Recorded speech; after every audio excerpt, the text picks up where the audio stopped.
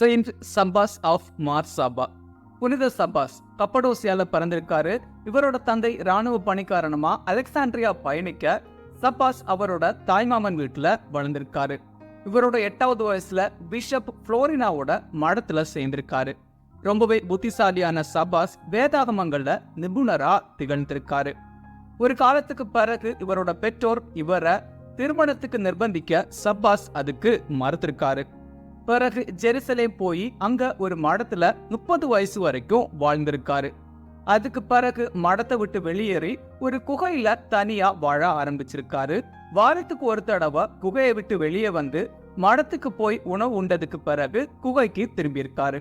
ஒரு கட்டத்துல கிட்டத்தட்ட 5 வருடங்கள் அந்த குகையை விட்டு வெளியேறாம குகைக்குள்ள தனியா வாழ்ந்திருக்காரு. சப்பாஸ் குகையை விட்டு வெளியேறினதுக்கு பிறகு செயின்ட் யுத்துமியாஸ் த கிரேட்டோட வழிகாட்டுதலின்படி வானாந்திரங்கள்ல தங்கியிருக்காரு. செயின்ட் யுத்துமியாஸ் சப்பாஸ மூத்த குழந்தைன்னு அழைச்சிருக்காரு. சப்பாஸ் பல மடாலயங்களை நிறுவியிருக்காரு.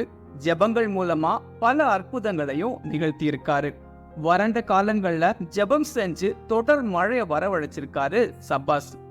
சப்பாஸ் கிபி 491 ஆண்டு குருத்துவ அருட்பொழிவு பெற்றிருக்காரு. இறுதியா கிபி 532 இறந்து போயிருக்காரு Sabbas. December 5 saint Sabbas of மார்சாபாவோட ஃபீஸ்ட் டே.